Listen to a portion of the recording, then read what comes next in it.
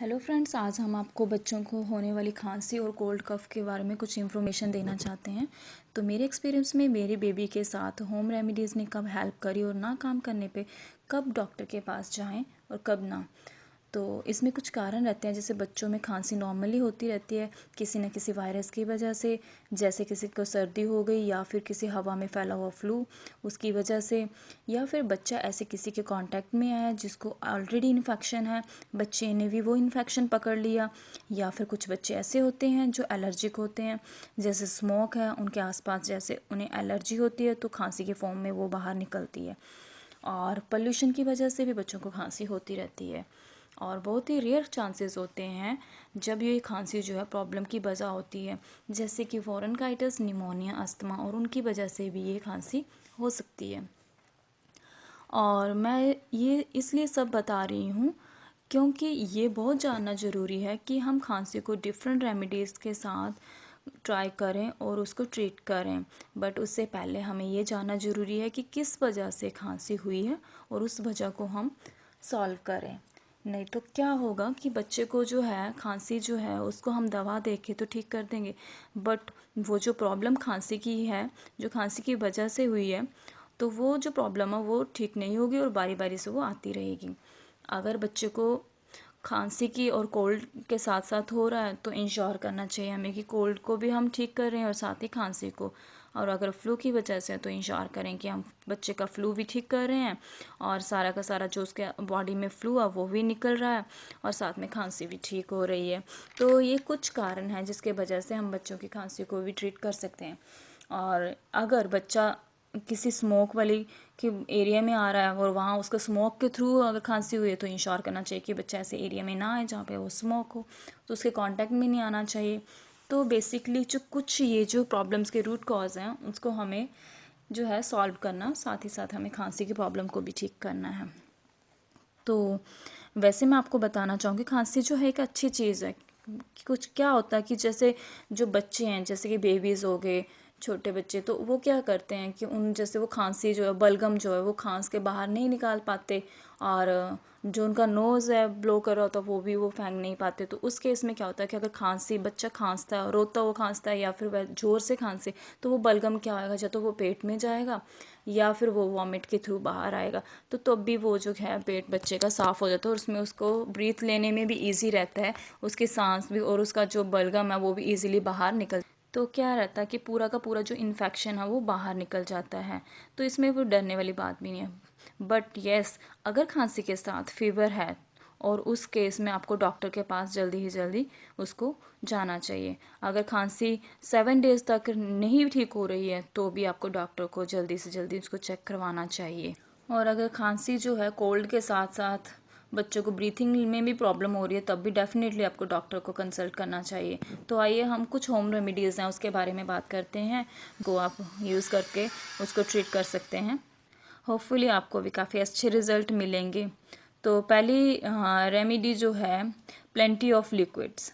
तो क्या होता है जब आप बच्चे को ज़्यादा से ज़्यादा लिक्विड देते हो तो क्या होता है कि उसके गले और जो एक डायरेक्ट जो है इरिटेट गला रहता है बच्चे का, तो काफ़ी आराम मिलता है, क्योंकि जो थोड़ा सा मॉइस्चराइज़र मिलता है जिससे कि गला जो सूखा रहता है तो उससे भी उसको काफ़ी आराम मिलता है। सेकेंडली, तो ये जो इरिटेशन रहती है बच्चे की तो उसमें भी काफ़ी हेल्पफुल मिलेगा। अगर बच्चे को अभी भी ब्रेस्ट मिल्क दे रहे हैं तो उससे अच्छी कोई चीज़ भी नहीं है, क्योंकि ब्रेस्ट मिल्क में जो एंटीबॉडीज़ होती हैं जो बच्चे की बॉडीज़ का इन्फेक्शन जो है उसे फाइट करने में हेल्प करती हैं और नेचुरली केयर करती हैं। अगर आपका बच्चा 6 मंथ से ऊपर है तो आप दूध में उसको बिल्कुल कम, थोड़ा सा कम, बल्कि चुटकी भर कर हल्दी और थोड़ा सा अदरक दूध में मिला कर दे सकते हो। तो हल्दी वाला दूध जो है बड़ा ही अच्छा होता है, क्योंकि बॉडी का जो इन्फेक्शन है निकलने के लिए वो काफ़ी हेल्पफुल रहता है। तो जितना हो सके आप बच्चे को दूध में थोड़ा सा हल्दी और अदरक दें। और या फिर बच्चे को सेकंड क्या रहता है कि चिकन सूप भी एक अच्छा तरीका है बच्चे की जो प्रॉब्लम को सॉल्व करने का, तो आप वो भी उसको दे सकते हो। अगर चिकन सूप नहीं तो वेजिटेबल सूप भी आप इसको दे सकते। इसके अलावा आप पूरा दिन उसको गुनगुना पानी देते रहो और उससे भी काफ़ी मदद मिलेगी। तुलसी का काढ़ा बना के भी आप बच्चे को दे सकते हो, उससे भी काफ़ी हेल्प मिलेगी। और सेकेंडली क्या है, बच्चे को आप स्टीम दिन में 2 से 3 बार स्टीम दो। अगर स्टीम से क्या रहेगा कि बच्चे का जो है नाक में जो बना हुआ जो बलगम होता है वो भी साफ़ हो जाएगा गले में, और बच्चे का इससे नाक भी खुलता है, और जितना भी बलगम बन रहा होता है वो पूरा का पूरा पेट में जाकर पोटी के थ्रू बाहर आ जाता है। तो थर्ड रेमेडी जो है सरसों का तेल। अगर सरसों के तेल से जो है बच्चे का मसाज दिन में 2 से 3 बार करोगे तो उससे भी काफ़ी आराम मिलता है।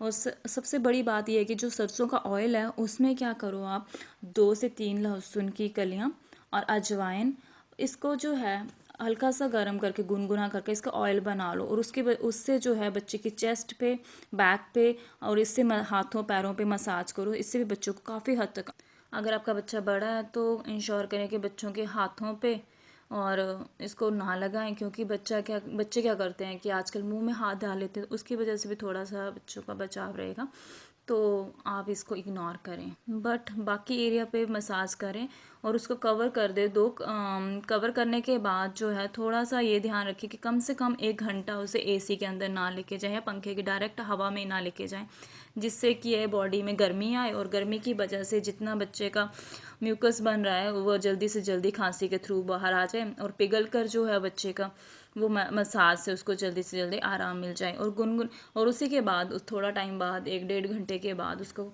गर्म पानी से, वार्म वाटर, गुनगुना सा पानी हो उससे उसको बाथ दे दें, तो इससे जो है बच्चों को काफ़ी हद तक रिलैक्स मिले।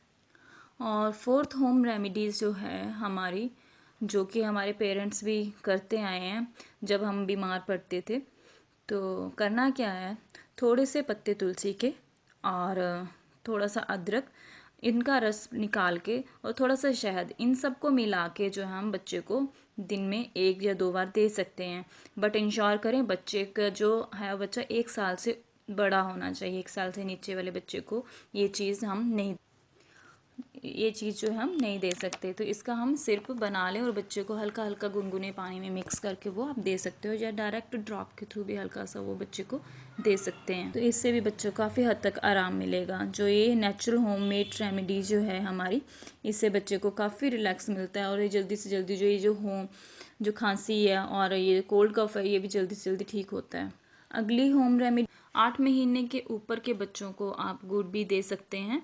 गुड़ में बहुत आयरन भी होता है, और गुड़ जो है काफ़ी हद तक गले को काफ़ी साफ़ करता है। स्पेशली बच्चों को खांसी और स्मोक या पोल्यूशन की वजह से हुई हो तो गुड़ का काफ़ी अच्छा जो है रिज़ल्ट रहते हैं। ये बच्चे के गले को साफ़ करेंगे, और जो रेस्पिरेटरी ट्रैक है उसको क्लीन करता है, खांसी की प्रॉब्लम को काफ़ी हद तक ठीक करेगा, जिससे कि बच्चे को जो है उसकी हेल्थ भी ठीक रहेगी और उसे काफ़ी हद तक रिलैक्स भी मिलेगा। नेक्स्ट जो रेमेडी रहती है खिचड़ी बच्चे को लिक्विड भी है और जो बच्चे को नॉर्मली देनी भी चाहिए, जिसमें हम क्या करते हैं कि जो इन दिनों में जैसे बच्चे को खांसी में और भूख भी कम लगती है और उसका मन भी नहीं करता, तो जितना हो सके बच्चे को खिचड़ी दें। खिचड़ी भी एक सबसे अच्छा जो है फूड सोर्स है, जिसके वजह से बच्चे को जो कोल्ड और कफ में या खांसी में भी काफ़ी हद तक वो रिलैक्स देगा और बच्चे का।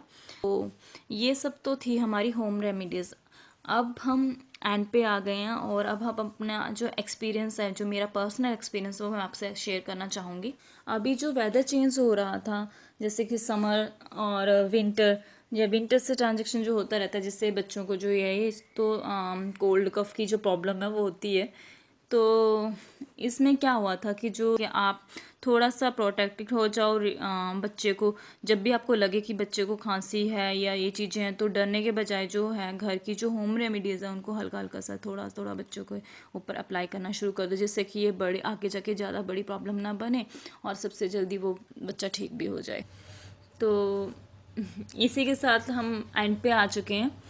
तो फ्रेंड्स, अगर आपको मेरी वीडियो अच्छी लगी हो तो प्लीज़ इसको लाइक करना, शेयर करना, और हो सके तो आगे से आगे इसको शेयर करना। Thank you for